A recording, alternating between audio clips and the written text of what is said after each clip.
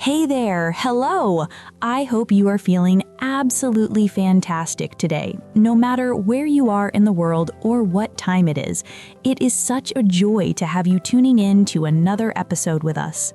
Oh, absolutely. There is nothing quite like starting a conversation with a friend, is there? It really sets the tone for the whole day. Exactly, and we have so much to talk about today.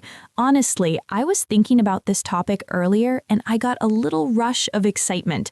It is something that so many students worry about, but once you understand the secret, it actually becomes, well, kind of fun. Fun? Now you have to tell me. Usually when students see this part of an exam, they sweat a little. Haha, well, maybe we can turn that sweat into a smile, because today we're diving deep into the TOEFL writing section. Ah, yes, the famous 30-minute challenge. Write an essay fast, under pressure. That is the one. But here's the thing, it's not just about writing fast, it's about writing smart. And today we're going to give you the ultimate toolkit to score high. I love that, a toolkit. So welcome everyone to Learning English Studio. I'm James. And I'm Amelia. Grab a cup of tea, maybe a notebook, and let's conquer this writing task together. So Amelia, 30 minutes, that is not a lot of time, is it? You have to read, think, plan, write, and edit. That's a lot for a brain to handle.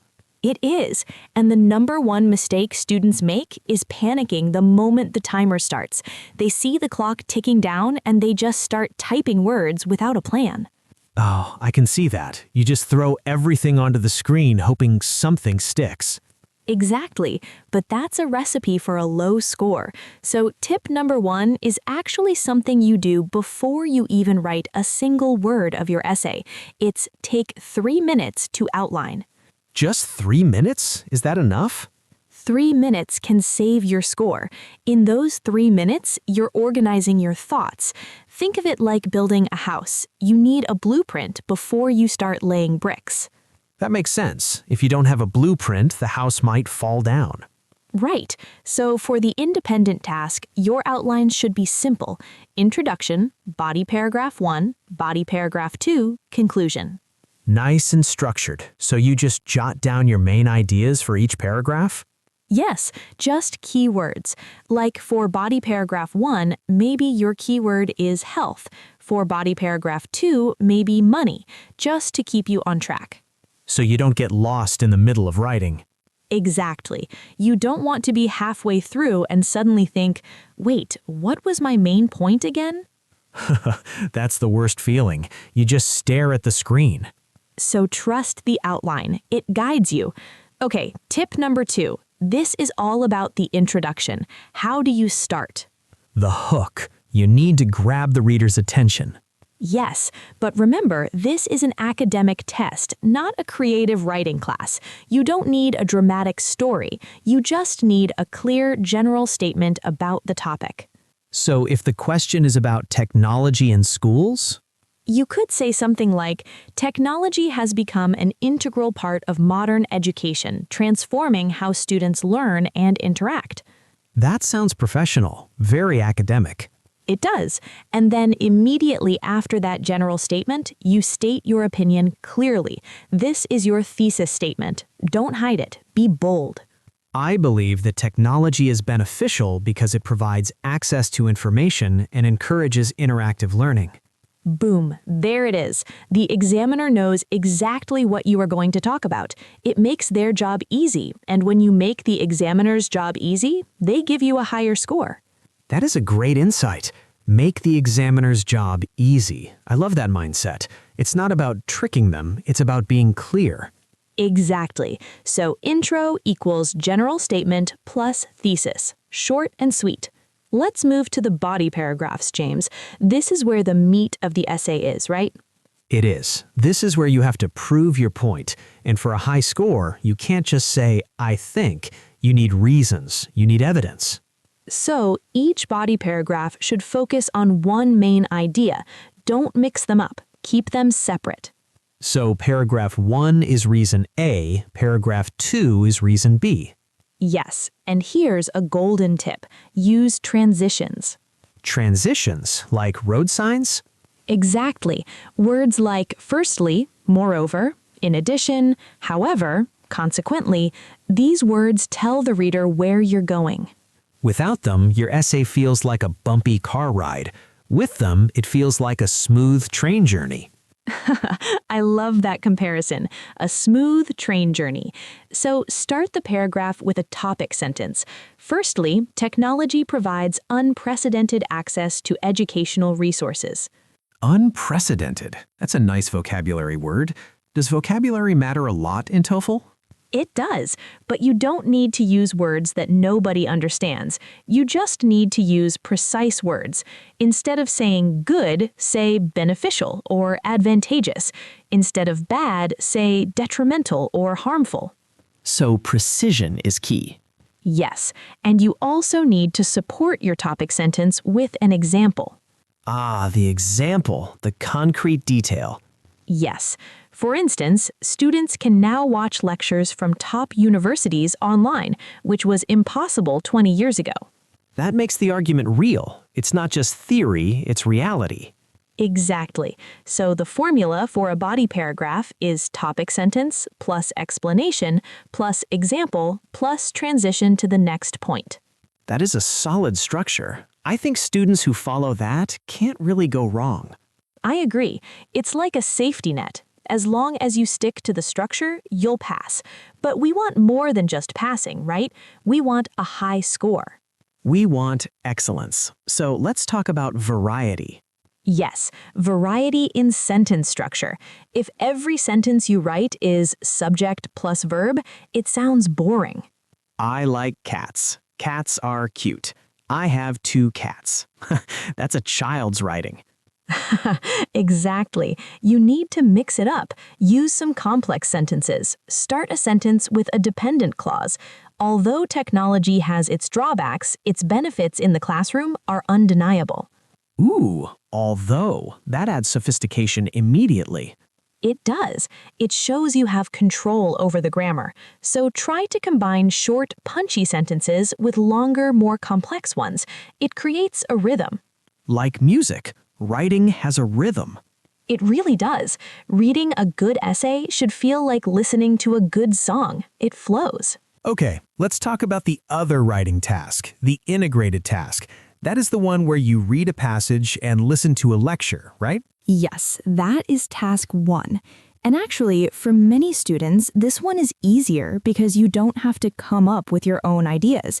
You just report what you read and heard. So it is about summarizing. Exactly. You have to summarize the points in the lecture and explain how they relate to the reading.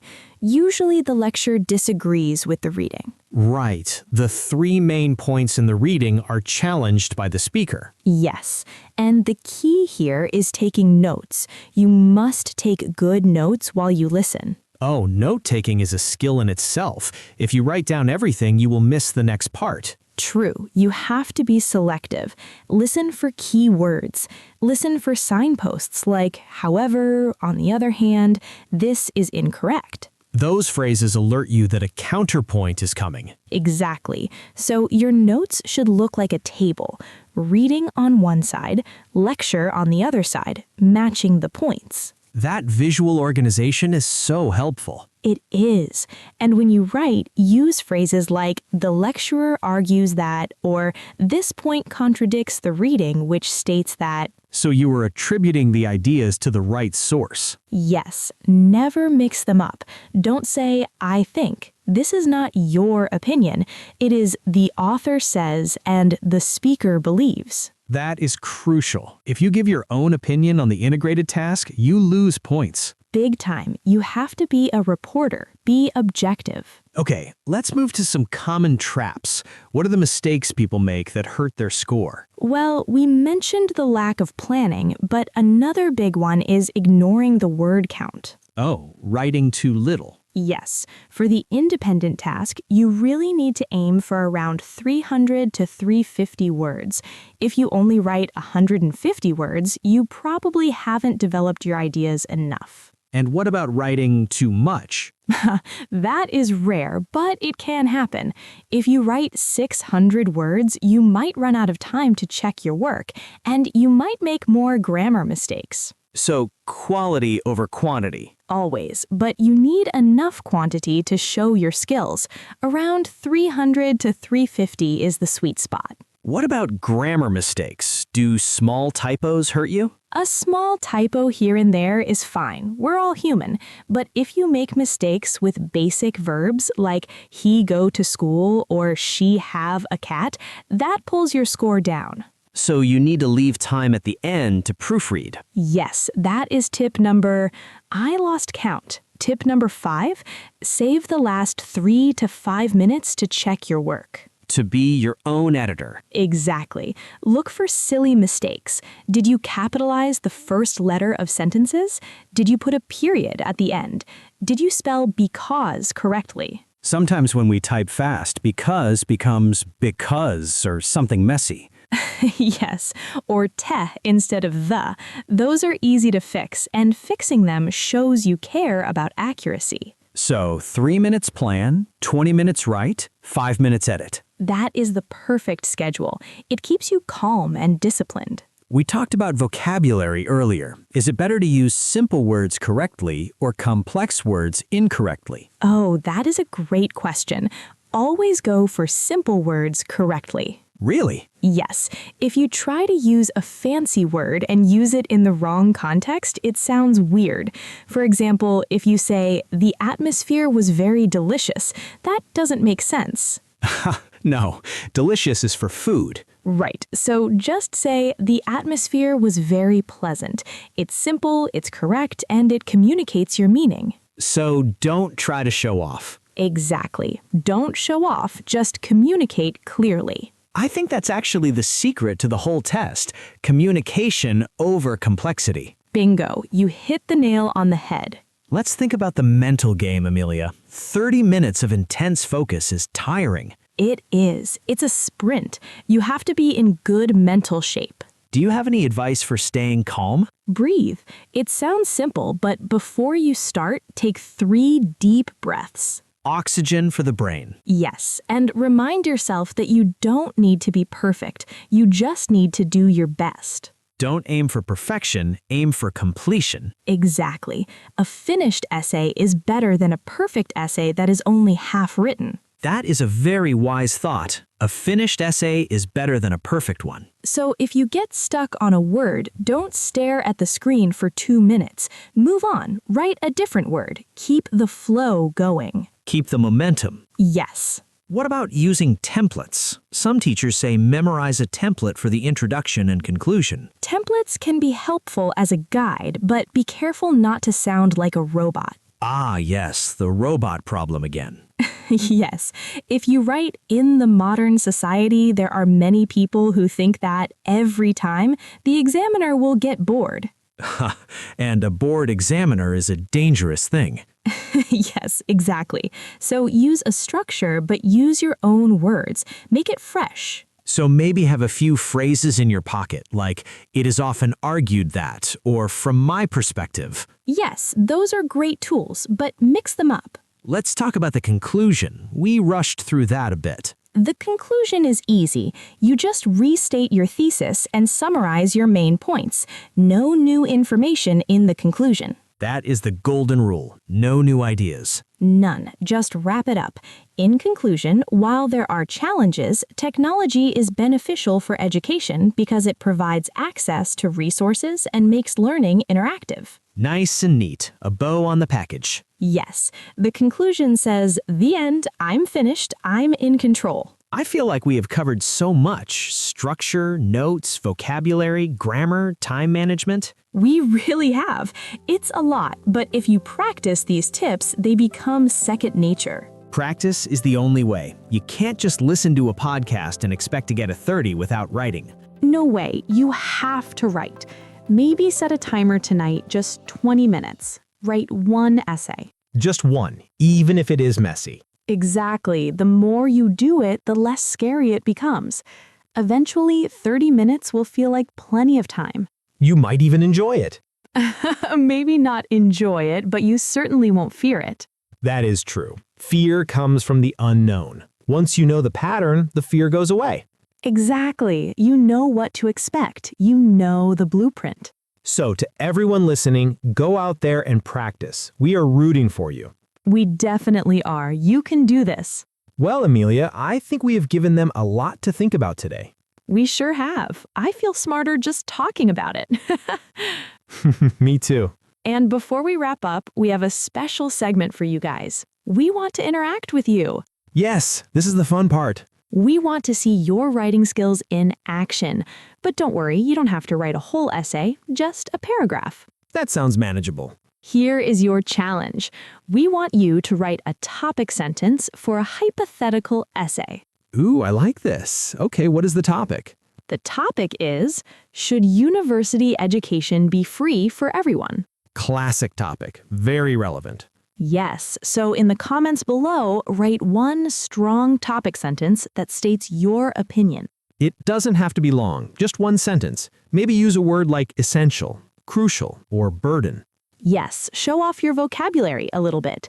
And try to use a structure like although or in my opinion. For example, you could write, in my opinion, university education should be free because it promotes equal opportunity for all citizens. That is a great example, but come up with your own. Be creative. Do you agree or disagree? We want to read your arguments. It is so interesting to see how different people view the same topic. It really is. And who knows, we might pick a few of the best ones and mention them in the next episode. Oh, that would be cool. Topic sentence of the week. Yes, so get your thinking caps on. Type your sentence in the comments section right here. And don't forget to like and subscribe if you haven't already. It really helps us keep the lights on at Learning English Studio. And share this with a friend who is taking the TOEFL soon. Help a friend out. Sharing is caring. Absolutely. Well, James, it has been a blast as always. It sure has. Until next time, keep writing, keep learning, and keep believing in yourself. Bye, everyone. See you next week. Goodbye.